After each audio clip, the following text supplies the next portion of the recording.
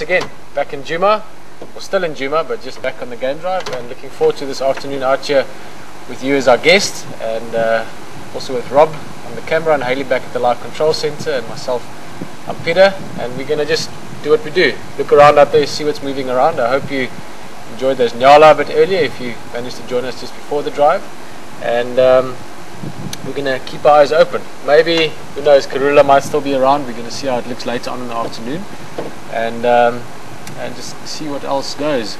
Once again, I'm going to keep looking for elephant as well. This morning I actually noticed a couple more tracks since yesterday, so there's some more elephants around. It's just a matter of finding one of them on the drive and just see what comes. So it was a really good morning. If you maybe joined us this morning, or maybe more importantly, if you didn't join us this morning, we had an amazing leopard sighting with the two cubs, Karula and her cubs, playing around, as well as two different rhino sightings, one big cow with a little calf, 5-6 month old calf, and yeah, it's just a really good morning. So as always, look forward to spending the afternoon out here, and look forward to having you with us.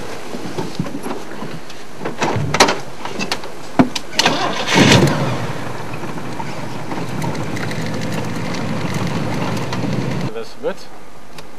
We're gonna probably move around to that side just now, maybe get a bit closer. This one, as you can see, nice and wet, shiny on the ears and the side there.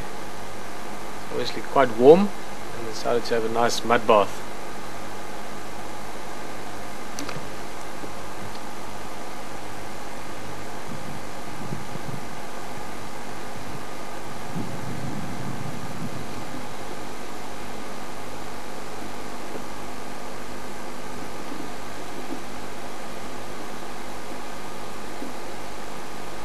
Looks like a young bull of probably early 20s. So slowly moving off into the bush there.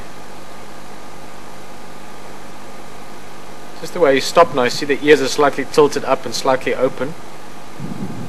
Just that angle suggests he actually didn't stop because of us or because he just stopped. He stopped to listen. Another bull in the area or another elephant in the area. It could be a female or a calf as well. It could also be an elephant maybe a few kilometers away, or maybe just a few hundred yards away, but another elephant communicated, said something, and he stopped to listen. That's the angle of those ears, definitely listening to another elephant.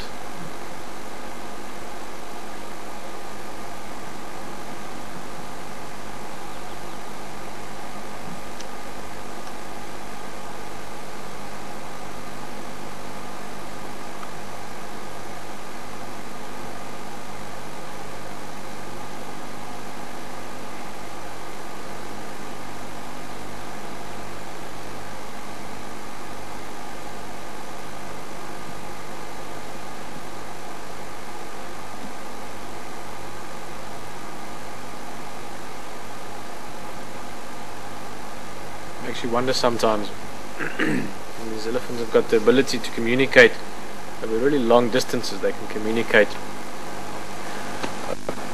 anything up to maybe 20 odd kilometers. There's various studies done on it, but depending on which sound they're making, they make well over 30 different sounds, or that we know of which only about a third or so is audible to our ears. The rest is too low frequency, and that low frequency sound can travel really far. They can communicate over great distances with that, as well as also communication through vibrations. They can feel certain vibrations in the ground from other elephant.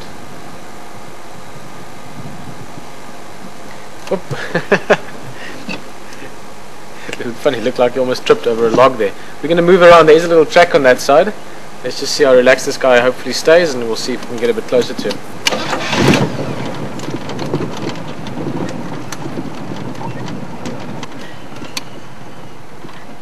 A shy elephant by the looks of things.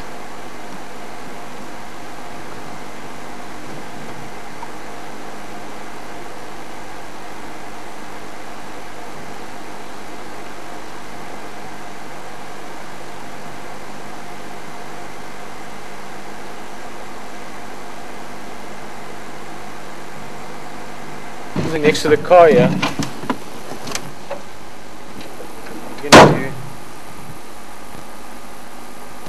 Joined us this morning on the drive. We spoke about it quite a bit, about the white rhino when we saw them being grazers, or otherwise also known as square-lipped rhino. Now if you look at this, well, look at that first. It's quite a big ant. It's like one of the commando ants. He's doing his thing, probably looking for little insects and things in here that he might eat. But if you look at the texture of this,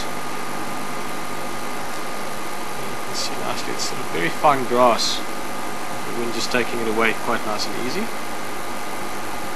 you break all of this open, even inside where it's fresh, look at that, all little bugs and beetles and insects and things that may be difficult to see. Turn it a little bit, the light might be better. See them all just scurrying away. Let's try another one. Lots of little insects that come in here for all the moisture that's in there, for to extend some of the food they can get hold of, and also to lay their eggs in. It's a very good place to lay eggs in. But coming back to the dung itself, as you can see, lots of grass. As we said this morning, your white rhino or your square-lipped rhino got these wide mouths, big flat lips, and that's just very good to pick and harvest grass with almost. They eat large quantities of this, and that's obviously why the dung come out as a big ball of grass, literally. Very, very good to put in your garden if you were gardening around here. It's not very, very high in tannins. If you look at your black rhino dung, they eat mostly twigs, or if you look at elephant dung also, they eat a lot of bark and twigs, a lot of tannin in the dung. That's quite strong. For your gardens, this is very good. It's just, if you were to mow and compress it into little balls afterwards, as opposed to chuck it into your compost heap, very similar to this. The specific area is a mid in a little area. Can't see too much of it, it's sort of below the car here, but the white rhino bull comes past here, leaves some dung. Another younger bull walks past and smell that, oh, the big bull is in this area and he's dominant. Or maybe a female comes past and she smells the bull has been here and she leaves some dung, and later on he smells her dung and knows that she might be estrus, follow her around. So it's just this whole place where they leave a very strong scent message. Also, as they walk off, once they've defecated here, most likely they'll walk up the road or down the road, maybe down to the waterhole. They leave a nice scent trail. So if one rhino wants to find another one, they can do so quite easy. So that's the purpose of these middens. Let's continue on.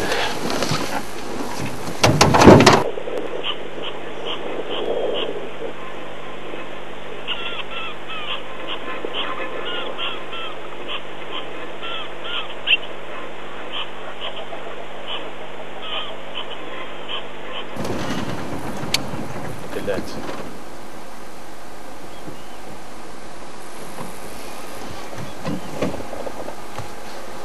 Even looks like it's, see when they all get up, but it looks like the same fire from this morning, but just them all together. So they've sort of grouped up. They were quite close together this morning. Can't really see the little calf. They're just to the right of the big female on the left hand side.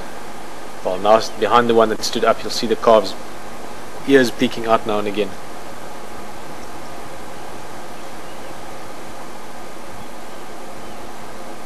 I wonder if I maybe go a little bit forward, Rob, so I'm just going to move a little bit. It's not bad. Try and get some of these sticks out the way, but let's see what they do.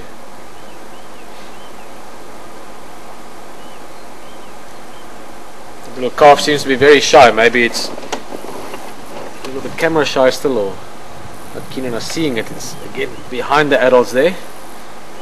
Sit here for a while, I'm sure we'll get a good look at it.